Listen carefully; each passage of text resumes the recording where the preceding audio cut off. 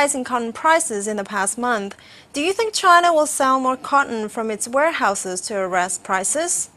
Yes, the cotton price is a very interesting price. It's one of those prices that are out there that the price doesn't reflect either of two realities that can happen.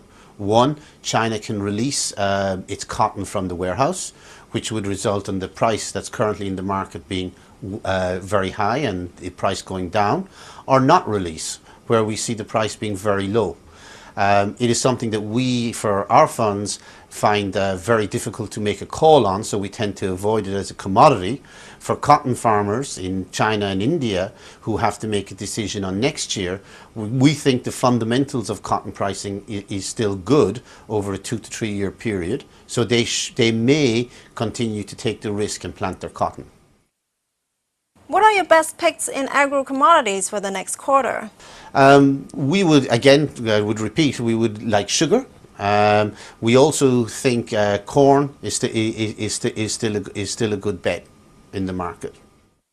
Which agro-commodity picks would you be bearish on in the near term? Cotton and wheat, right? But again, let me rephrase. Cotton and wheat, we're bearish in the very short term. In the medium to long term, we are still very bullish. We are bullish in the whole soft commodity space because we feel that if you view soft commodities and hard commodities are mining off a specific mine. So you have an iron ore mine, you are caught with the iron ore prices. In soft commodities, you can grow many different commodities on a particular piece of land. So you have the capability to swap based on prices. This has been happening for the last number of years, but the ability to continue to swap and then to supply enough soft commodities to meet the global demand is getting less and less. We like to look at this as what we call peak food. If we think back 10 years ago, we had a peak energy problem. We were looking as to where would the additional energy that we needed to maintain growth would come from. What was the response? The response was a big increases in price, which allowed us to produce more energy, which now we have less of a worry as to where energy is going to come from. From food and for soft commodities, we have a very similar issue.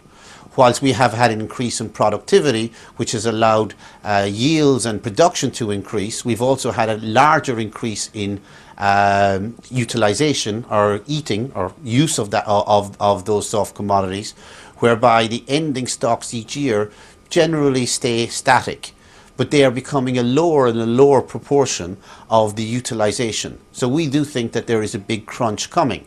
So therefore, for us, soft commodities is a space that we think everybody should be in and should be quite long on this space. Do you think India will emerge as a key exporter of farm commodities in Asia? Can it become Asia's Argentina in farm exports?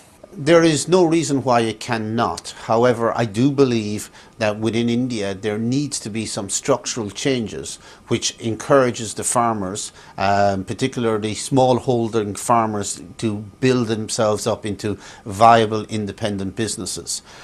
India has absolutely great potential to do this and will do so more in response to any price shocks that we see is coming.